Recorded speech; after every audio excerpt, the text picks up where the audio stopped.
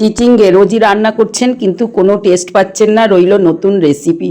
একদম কম মশলাতে বানানো অথচ সুস্বাদু গরম ভাত রুটি সবার সঙ্গেই খেতে পারেন। চিচিঙ্গের পুষ্টিগুণ অনেক, এ বি সি সব ভিটামিন থাকার জন্য জলের ভারসাম্য রক্ষা করে আর হজমের জন্যও কিন্তু বেশ ভালো। সুতরাং গরমের দিনে চিচিঙ্গে পাতে রাখুন। রেসিপিটা এইভাবে করে দেখতে পারেন একবার। চলুন, প্রথমে আমি একদম কচি চিচিঙ্গে নিয়েছি বাজার থেকে আনা। সেইগুলো একটুখানি যেভাবে কাটলে হয় একটু চেঁচে নিলেও হবে। এত কচি চিচিঙ্গে হলে কিন্তু আপনি না চাচতেও পারেন, কোনো অসুবিধা নেই। এইভাবে চেঁচে চেঁচে যে প্রথমে খোলাগুলো বাইরে থাকবে সেইগুলো বার করে নিন। দেখুন পুরো চলে আসবে। এইভাবে সহজে ছাড়িয়ে নেওয়া সবথেকে ভালো।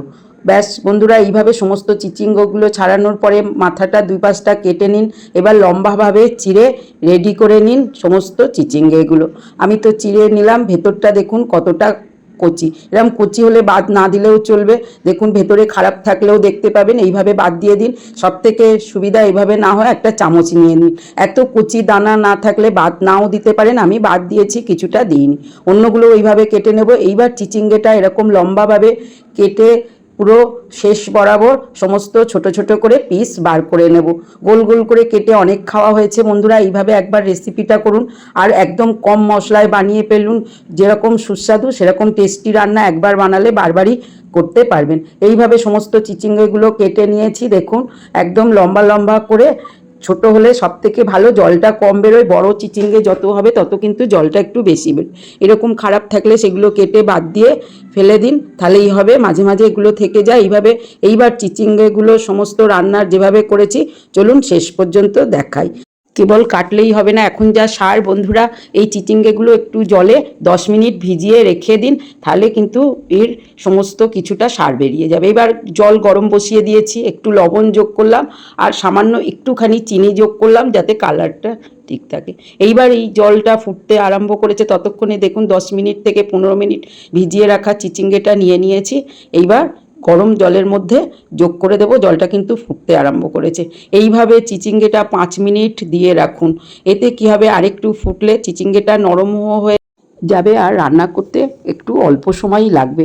এইভাবে 5 মিনিটের মতো ফুটিয়ে নিতে পারেন। দেখুন টকবক করে ফুটছে। এপাশ ওপাশ করে উল্টে চিচিঙ্গেটা নাড়িয়ে একটুখানি জলটা ঝরিয়ে নিলেই হলো। ততক্ষণে দেখুন ধীরে ধীরে চিচিঙ্গেটা দেখিয়ে দিচ্ছি নরম হতে আরম্ভ করেছে। দেখুন ফোটানোটা রেডি। চিচিঙ্গের পুষ্টিগুণ অনেক থাকার জন্য বিশেষ করে সুগারের বন্ধুরা এই চিচিঙ্গের রেসিপিটা বানিয়ে নির্দ্বিধায় খেতে পারবেন। আর দেখুন এবার জলটা ঝরিয়ে একটুখানি রেখে দিন। ব্যাস রেডি হয়ে গেল চিচিঙ্গে। অন্যদিকে রান্নার জন্য একটা টমেটো মিহি করে কুচিয়ে নিয়েছি, পেঁয়াজ কুচিয়ে নিয়েছি, আদা একটু জিরে ফোড়নের জন্য, দুটো কাঁচা লঙ্কা লাল আর রসুন 3টে মিহি করে কোচানো। খুব অল্প মশলা আর একটু দই নিয়েছি। দইটা হজমের জন্য তো খুবই ভালো জানেন। প্যানের মধ্যে একটু সর্ষের তেল ব্রাশ করে দিলাম, দিয়ে গরম হয়ে যাওয়া পর্যন্ত অপেক্ষা করার পরে এই প্যানের মধ্যে আস্তে আস্তে ধীরে ধীরে ফোড়নের জন্য একটুখানি উড়দ ডাল আর দেখুন আস্তে আস্তে যোগ করে দিন সাইডে সাইডে 1 টিস্পুন জিরে, সামান্য যে দুটো কাঁচা লঙ্কা নিয়েছি, শুকনো লঙ্কাও নিতে পারেন, এটা হেলদি রান্না, আর রসুন যেগুলো কুচিয়ে নিয়েছি সমস্ত যোগ করেছি, আর মাঝখানটা পেঁয়াজটা যোগ করে দিলাম। একটা বড় সাইজের পেঁয়াজ আমি বেশ মিহি করে কুচিয়ে নিয়েছি। এইবার সমস্তগুলো আস্তে আস্তে নাড়িয়ে ভেজে নিলেই হলো। দেখুন ডালটার একটা সুন্দর স্মেল আসে, ডালটা ফোড়ন দিতেই পারেন। এইবার নাড়িয়ে চাড়িয়ে একটুখানি ভাজা ভাজা করে রেডি করে নিন আপনার সমস্ত উপকরণগুলো। এই সময় একটু লবণ দিয়ে দিন। লবণটা দেওয়ার পরে আদা যে 1/2 ইঞ্চি মতো কুড়ে নিয়েছি সেগুলোই যোগ করলাম।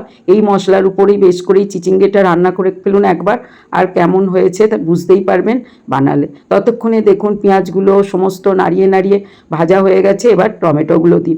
এই টমেটোগুলো আস্তে ধীরে নাড়িয়ে ভাজা ভাজা হয়ে গেলে ভালো করে মিশিয়ে নিন।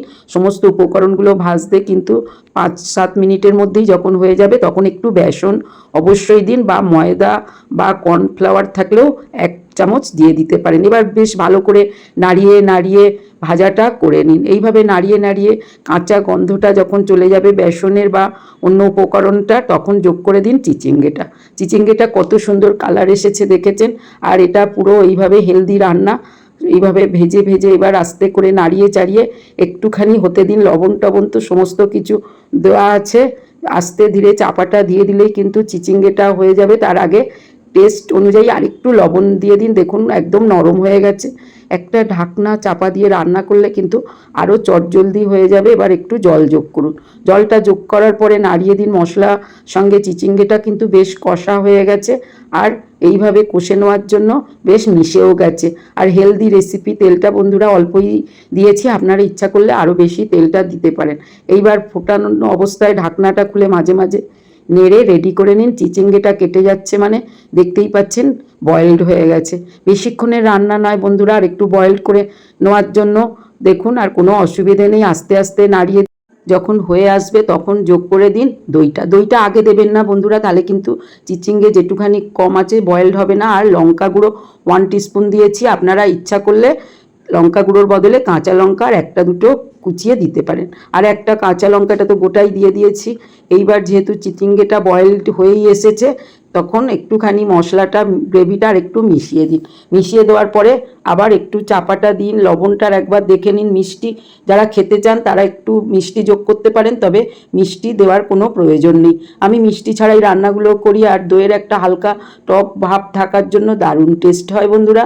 এইবার এইভাবে নাড়িয়ে চাড়িয়ে ঢাকনাটা খুলে 3-4 বার প্রসেসিং করার পর কমে দেখুন রেসিপিটা রেডি হয়ে গেছে। আপনি শুকনো করতে চাইলে শুকনো রুটির পাতে খেলে কিন্তু একটু গ্রেভিটা রেখে দেবেন। আমি ডালের পাতে রান্নার জন্য একটুখানি আরও জলটা শুকনো ড্রাই করে নিয়েছি। এবার রেডি হয়ে গেছে। অবশেষে একটু গরম মশলা যোগ করে দিলাম। এতে চিচিঙ্গের জীবনটা ফিরে এলো, আর গন্ধে কি বলবো, চারিদিকে মোমো করবে। একটু চাপাটা দিয়ে দিন, ব্যাস পরিবেশন করে দিন। আপনার গরমা গরম চিচিঙ্গে যখন খুশি তখন রান্না করে নিতে পারেন। একদম 10 মিনিটেই কিন্তু আপনার রেসিপিটা হয়ে যাবে। এবার একটা প্লেটে আমি সার্ভ করে দিয়েছি। কেমন হয়েছে বন্ধুরা, বানিয়ে ফেলুন। যখন তখন বানানো যায়, আর বেশ একটু অন্য ধরনের কম মশলায় বানানো। রেসিপিটা কেমন হয়েছে জানাবেন। ভালো লাগলে আমার সঙ্গে থাকুন, বন্ধু হয়ে রইল চিচিঙ্গের নতুন রেসিপি। আমি তো দেখুন একদম হালকা গরমের থালির সঙ্গে চিচিঙ্গেটা বানিয়ে নিয়েছি। গরমে পেঁয়াজ দিয়ে মুসুর ডাল, সমস্ত রেসিপিগুলি ছোটো মাছের ঝালো পেঁয়াজ দিয়ে কম মশলায় বানানো, আর একটু টক দই। আজ রেসিপি এই পর্যন্ত। ভালো থাকবেন, সুস্থ থাকবেন।